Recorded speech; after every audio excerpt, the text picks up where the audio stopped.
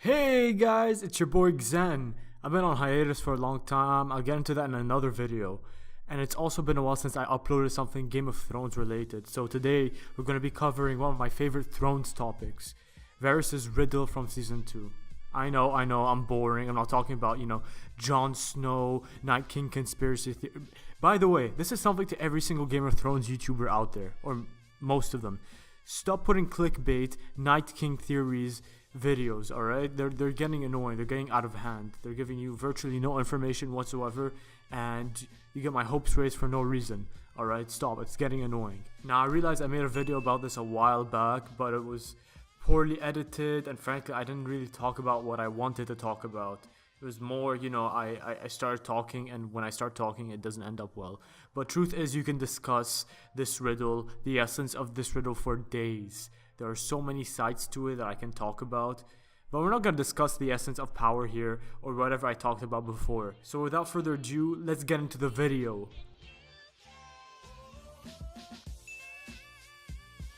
Oh wait, one more thing. If you haven't already, be sure to hit the subscribe button. There's going to be a lot more creative Game of Thrones videos, among other cool stuff coming your way, so subscribe! So I'm sure you already know what the riddle is. If not, back in Season 2, Varys throws Tyrion Lannister, who's Hand of the King back then, a hypothetical. Now let's imagine a sellsword.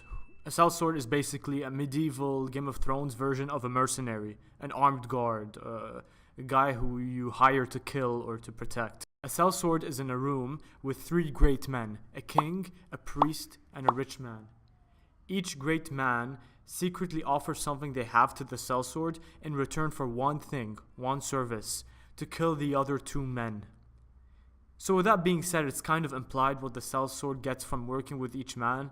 If he works with the priest, he gets favor with the Andal gods or whoever the priest is pious to. If he works with a king, he gets power, a knighthood, maybe a seat on the small council, a castle. And if he works with the rich man, a Tyrion Lannister so to speak, he gets rewarded with money. I don't know, a big bag of cash, gold, or anything money can buy. Land, armies, etc. I think that when we first hear the riddle, we just want to, answer for ourselves. And my own personal opinion is that Varys is using that riddle to understand Tyrion's motives at that part of the season. What drives him, what motivates him, etc. But this is why the riddle is unbelievably genius. It's hidden with layers and layers and layers of implicit meaning. But back to the riddle. Let's say we took this room, sealed the doors and every way out, separated it from the building, and threw it out into space. Threw it out into the universe. That's a weird ass example, but let's imagine that they can't leave, they can't engage with the outside world, they can't interact with anybody outside that room.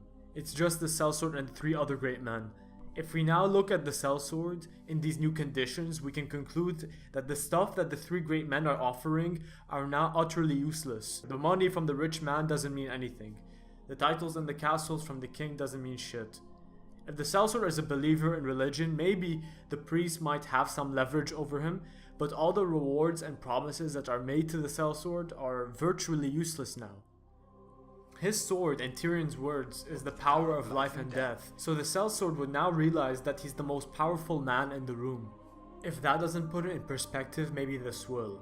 During this scene, Varys asks Tyrion, if it's swordsmen who rule, why do we pretend kings hold all the power? And he follows it with another sentence which I think is the most important thing he says. He says, it's a trick, a shadow on the wall. And that's the genius of it.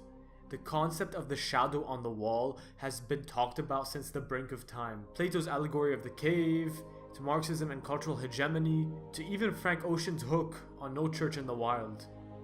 What all of this means is that this whole time, while people perceive kings, rich and pious men, as these indestructible and powerful people, they aren't as colossal as one thinks.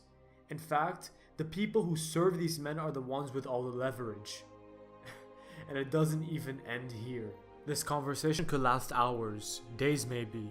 If all the sellswords fighting for this king, this rich man, or this priest all believed they were more powerful than who they're fighting for, the game between them and that king, or whoever, would be changed forever.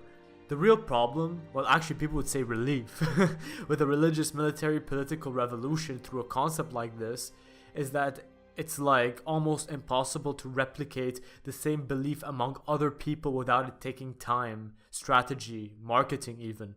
It'd have to be very deliberate and subtle, and it would have to take a long period of time. But you know what? Who knew that a Game of Thrones 2-minute scene could hint at so much more than just a mere attempt of Varys trying to extract information from Tyrion? To all of you guys or gals with massive followings, the people who serve you, the people who preach you, the people who work for you have all the power. They just usually don't know it. Thanks for making it this far through the video. I'd love to hear your thoughts on Varys' riddle. Do you agree? Do you disagree? I honestly did this so I can stir up a debate on something that I've become obsessed with. If you like what I'm doing and would like to see more stuff, hit that subscribe button and be part of the most powerful gang of sellswords that follow me.